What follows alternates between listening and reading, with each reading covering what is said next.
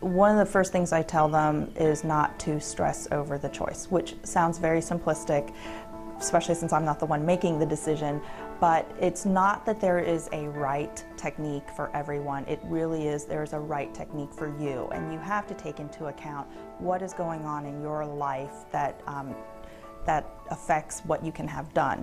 Can you take all the time off for the recovery? Do you want additional scars or incisions to use your own tissue? Are you comfortable with an implant? There's so many different factors that play into it that while I think websites and information from other people are good, you really want to talk to someone, a plastic surgeon obviously, who can help guide you through, well, why this one technique or this other technique may or may not be the best technique for you, even though your best friend had that technique. Two main categories of breast reconstruction are one, using an implant, or two, using all your own tissue, or what is termed autologous reconstruction.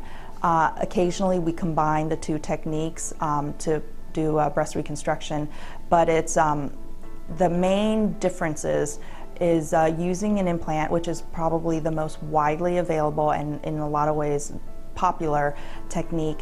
You don't have another incision or scar, i.e. from the donor site.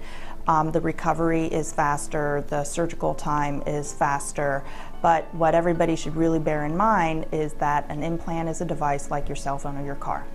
They will have to be replaced over their lifetime. A recent FDA paper estimated somewhere between 5 to 10 years you are going to have implants replaced. So for a very young woman who is in her 30s or 40s looking at having breast reconstruction, you're going to have 2 or 3 more surgeries potentially in your lifetime to replace or fix a problem with the implant. Alternatively, using your own tissue or the autologous reconstructions, it is a huge investment early on in the process. The recovery times are longer, the operative times are longer, but then when you're done, it's all you. When you're healed up and finished, you don't really have to have any additional surgeries down the road to switch out the implants, or what I kind of term as maintenance surgery. I think the biggest advance in breast reconstruction surgery in the past 10 years has been the popularization of the perforator flaps. Specifically, this is a technique where we use microsurgery, so we're reconnecting blood vessels, but in addition, we're really trying to spare the muscle.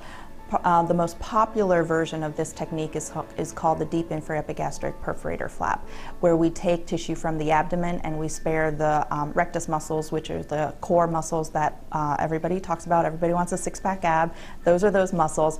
And we spare that muscle in this newer version of the technique.